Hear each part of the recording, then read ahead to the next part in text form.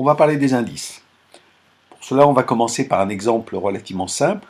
On place une somme de 1200 euros, donc on va lui donner comme valeur de départ 100 euros, et on obtient 1320 euros, et on va calculer l'indice correspondant. Pour calculer cet indice de 1320 correspondant, on va faire 100 multiplié par 1320 divisé par 1200, on obtient 110. Voilà l'indice obtenu. Donc pour calculer un indice, on calcule 100 multiplié par la valeur d'arrivée divisé par la valeur de départ. On retient que si l'indice est plus grand que 100, on a une augmentation. S'il est plus petit que 100, on a une diminution.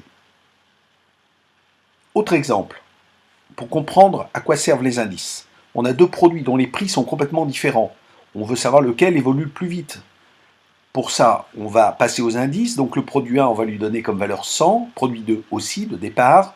On calcule l'indice, on obtient 116,8 pour le premier produit.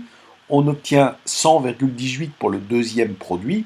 On voit bien là celui qui augmente le plus vite. Ce n'est pas obligatoirement celui qu'on aurait pu croire au départ. C'est donc le premier produit qui a une évolution la plus forte. On retient donc qu'une série d'indices est plus lisible qu'une série en valeur absolue, que les indices permettent de comparer des variations de valeurs très dissemblables, qu'un indice, pour passer d'un indice au taux, c'est relativement facile, 124, taux d'évolution c'est 24, 85 va donner moins 15%, donc c'est facile de voir la relation entre les deux. Attention toutefois, l'indice ne donne aucune indication sur la valeur absolue des chiffres d'origine, on ne peut pas les retrouver. Si deux valeurs ont le même indice, cela ne signifie pas que ces grandeurs soient égales, mais qu'elles ont la même variation relative.